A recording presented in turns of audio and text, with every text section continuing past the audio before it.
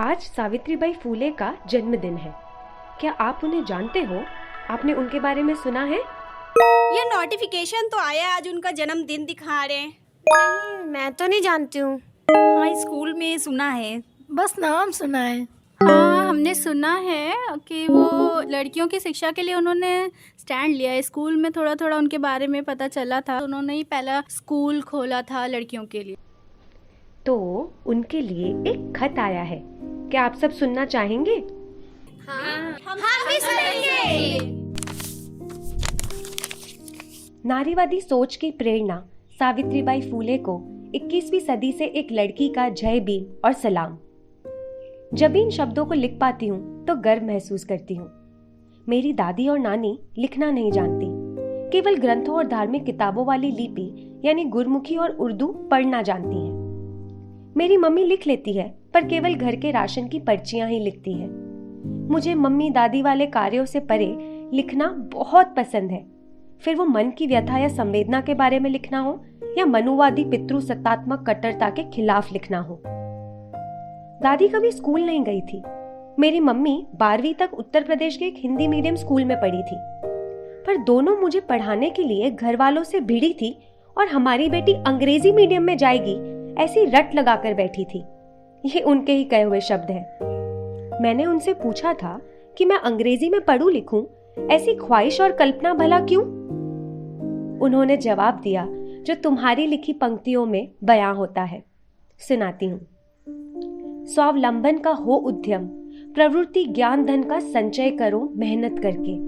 बिना विद्या जीवन व्यर्थ पशु जैसा, निठल्ले ना बैठे रहो, करो विद्या ग्रहण।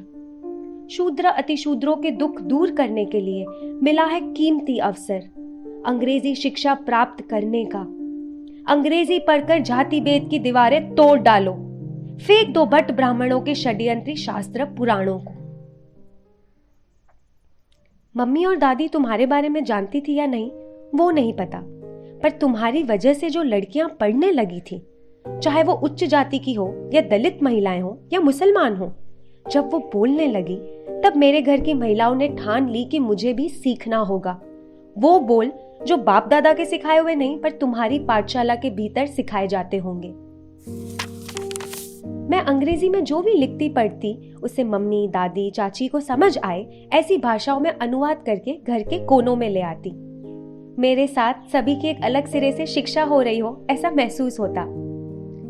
जब भी खुद को किताबों से घिरा हुआ पाती हूँ या मम्मी को एक कविता सुनाती हूँ, तब खुद को तुम्हारा आभारी पाती हूँ। तुमने और ज्योतिराव ने 1848 में भीड़ेवाड़ा में पहली स्कूल से दलित बहुजन महिलाओं की शिक्षा की पहल ही ना की होती तो मैं अपनी मम्मी को आज 2020 में ये कैसे कह पाती? बिना समझे यहाँ वहाँ हस्ताक्षर मत करना मम्मी, बैंक में जाकर अपना खाता खुलवाना, सारा काम मैं और भाई दोनों सीखेंगे।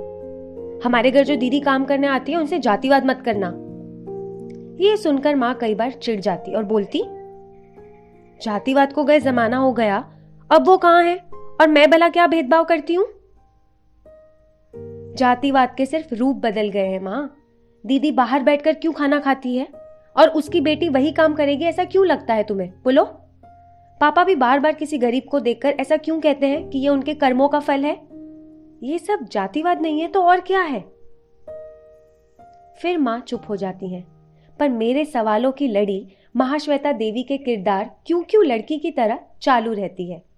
हर सवाल का जवाब नहीं मिलता, पर तरीके बदलने का रास्ता जरूर दिखता है। और फिर तुम्हारी जिंदगी के तरीकों ने तो मुख्य धारा से अतिरिक्त एक जीवन की केवल कल्पना ही नहीं, पर उसे जीवंत रूप से पेश किया। मैं अपने जीवन साथी की कल्पना करती हूँ तो फेसबुक, इंस्टाग्राम, टिंडर पर अक्सर चीजों में लथपथ और खुद जैसे उलझे लोगों को पाती हूँ। पर जब तुमने अपने साथी के साथ मिलकर महिला सेवा मंडल और सत्यशोधक समाज के कार्यों को संभाला, अपने प्यार की अभिव्यक्ति अपने काम द्वारा की, सभी समान रूप से जिए इसकी कल्पना की और काम करते करते प्यार किया, तब मन को सांत्वना मिला कि ऐसा साथ संभव है। तुम्हारी ये पंक्तियां किसी गीत से कम नहीं है। मेरे जीवन में ज्योतिबा स्वानंद समग्र आनंद जिस तरह होता है शहद फूलों कलियों में। ज्योतिबा को सलाम हृदय से करते हैं, ज्ञान का अमृत हमें वे देते हैं और जैसे हम पुनर्जीवित हो जाते हैं, महान ज्योतिबा दीन दलित शूद्र अतिशूद्र तुम्हें पुकारते हैं। फातिमा शेख के साथ तुम्हारी दोस्ती की नींव पर बनाई स्कूल एक ऐसी मिसाल है जिसे मैंने दोस्तों के आगे बार बार दोहराया है।